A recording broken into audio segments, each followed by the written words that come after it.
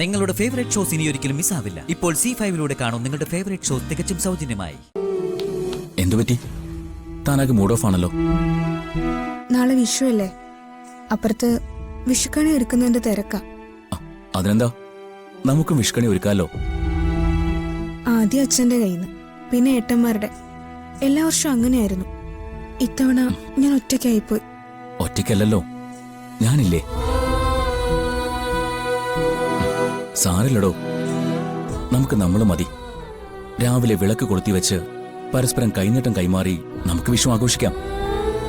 എല്ലാ വർഷവും ഞാൻ അച്ഛനൊരു കസവും കൊണ്ട് വാങ്ങിക്കൊടുക്കും. അതിനെന്താ, ഇത്തവണയും അതിനൊരു മുടക്കം വരുത്തണ്ട. അച്ഛന് കൈനീട്ടമായിട്ട് നമുക്കൊരു കസവും കൊണ്ട് തന്നെ വാങ്ങിക്കൊടുക്കാം. പക്ഷേ കൊടുത്താ തന്റെ അച്ഛനത് വാങ്ങുമോ? അച്ഛൻ വാങ്ങും, എനിക്കത് ഉറപ്പാ. അച്ഛൻ വാങ്ങുമായിരിക്കും, പക്ഷേ ഏട്ടന്മാര് ഒരു നല്ല ദിവസമായിട്ട് അവരെന്തെങ്കിലും പ്രശ്നം ഉണ്ടാക്കിയ എല്ലാവരുടെ ഒരു നല്ല വിഷു നഷ്ടപ്പെട്ടത് നമ്മൾ കാരണമാണെന്ന് പറയില്ലേ.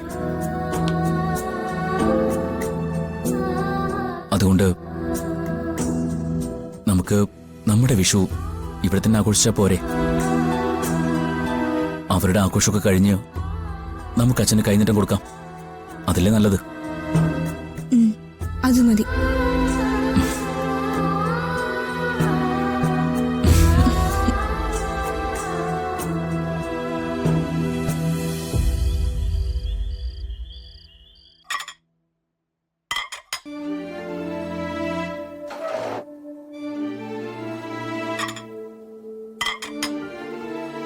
എടുത്തി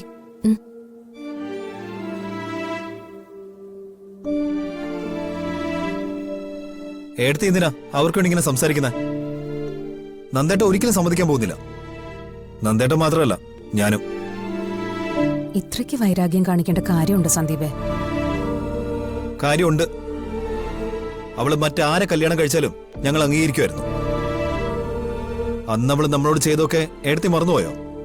സന്ദീപേ, ഇതിപ്പോ സ്നേഹം ധനുഷ് ഇവിടെ വേണമെന്നുള്ളത് അച്ഛന്റെ ആഗ്രഹ. അന്ന് കുഞ്ഞുങ്ങളുടെ ചോറൂണ് ചടങ്ങിന് ഒരു തവണ അവർ ഈ വീട്ടിനകത്ത് വന്നു. അന്നത് അച്ഛന്റെ ആഗ്രഹത്തിന് വഴങ്ങിയ ഞങ്ങളത് സമ്മതിച്ചത്.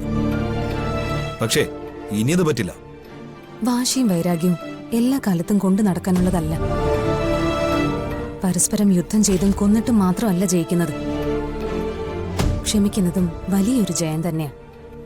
അങ്ങനെ ഇപ്പൊ അവളോട് ക്ഷമിച്ചിട്ട് ഞങ്ങൾക്ക് വിജയിക്കണ്ട. സന്ദീപേ, നമുക്ക് ചുറ്റും സന്തോഷത്തോടെ ജീവിക്കുന്നുവെന്ന് നമ്മൾ കരുതുന്ന പലരും യഥാർത്ഥത്തിൽ സന്തോഷിക്കുന്നവരല്ല. മറ്റുള്ളവരുടെ മുമ്പില് സന്തോഷം അഭിനയിക്കുന്നവരാ. ഇഷ്ടമുള്ളവരോടൊപ്പം ജീവിക്കുന്നത് ഈ ലോകത്തിലെ ഏറ്റവും സന്തോഷമുള്ള കാര്യം.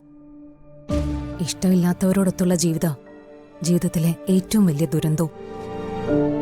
സ്നേഹ അവൾക്ക് ഇഷ്ടമുള്ള ഒരാളെയല്ലേ കല്യാണം കഴിച്ചേ.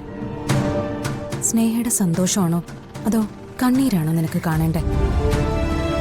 എന്റെ തീരുമാനം ഞാൻ നിന്നോട് പറയാം. നാളത്തെ വിഷുവിന് അച്ഛന്റെ കയ്യിൽ നിന്ന് കൈനീട്ടം വാങ്ങാൻ അവര് വന്ന അവരോട് നിങ്ങൾ ആരും മോശമായിട്ട് ഒരു വാക്ക് പോലും പറയാൻ പാടില്ല.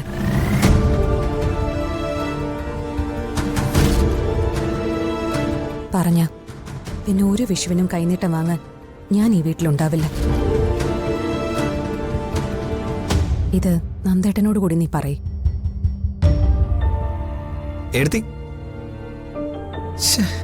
ഡൗൺലോഡ് ചെയ്യൂ C5 ആപ്പ്. കാണൂ എല്ലാ എപ്പിസോഡുകളും സൗജന്യമായി.